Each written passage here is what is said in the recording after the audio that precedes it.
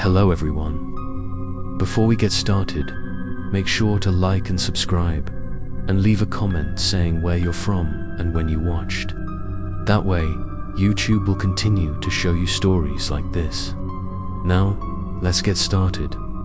Asterisk, the cold smoke from the wooden stakes had not yet dissipated when we realized that the reflective ice maze was changing.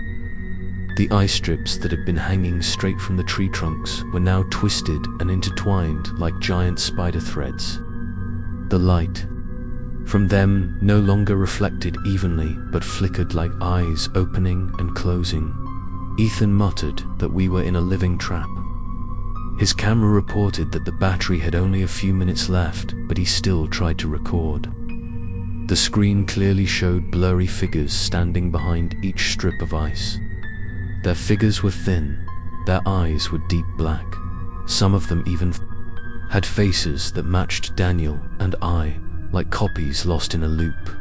Mia trembled and held my hand tightly. She whispered that the others were whispering. I strained my ears to listen, and it was true. The sound came from all directions, sometimes far, sometimes near. The words repeated over and over again, with no escape. I used all my strength to pull the whole group through the maze. The ice threads hit my face, my shoulders cold as metal. I ran and felt like a row of dozens of hands touching our backs. We finally rushed into another clearing where the maze ended. In front of us was a small wooden bridge across a deep, dark hole. The bridge was rotten, the planks were broken, but it was the only way. Daniel shined his light down the hole. The darkness was so thick, I couldn't see the bottom. But for a few short seconds, I saw streaks of green light moving at the bottom of the hole like wandering souls. Ethan frowned and said that if we went through, we might not have a way back. I replied that going back meant death, because behind the ice was wrapping itself tightly. A high-pitched screech sounded like the sound of a stretched guitar string.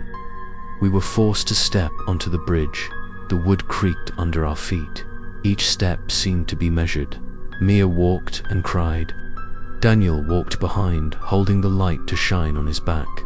A cold wind suddenly blew along the bridge, followed by a long whisper of true stories, as if all the stories of disappearances in this forest were gathered under the bridge. I felt the bridge shake violently. Ethan screamed and held onto the handrail, but the handrail rotten. The wood fell into the hole. The sound of falling was endless. I took a deep breath, walked faster. The light on the other side of the bridge gradually brightened.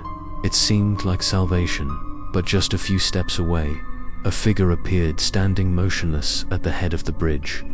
Tall and thin, face blurred in the mist, but the voice was clear, cold. Why do you carry my name? The group stopped. I suddenly understood that the figure was one of the souls who had carved the name on the piece of cloth at the base of the tree. His empty eyes were fixed on me, as if demanding back the name that had been taken away. The bridge shook more violently. The wood cracked into pieces. If we didn't choose right away, we would be swallowed whole, both body and soul. I swallowed, held Mia's hand tightly, and decided to open my mouth, preparing to talk to the figure in front of me, because only that way would I know if there was a way to continue or just a path down to the abyss in the next episode.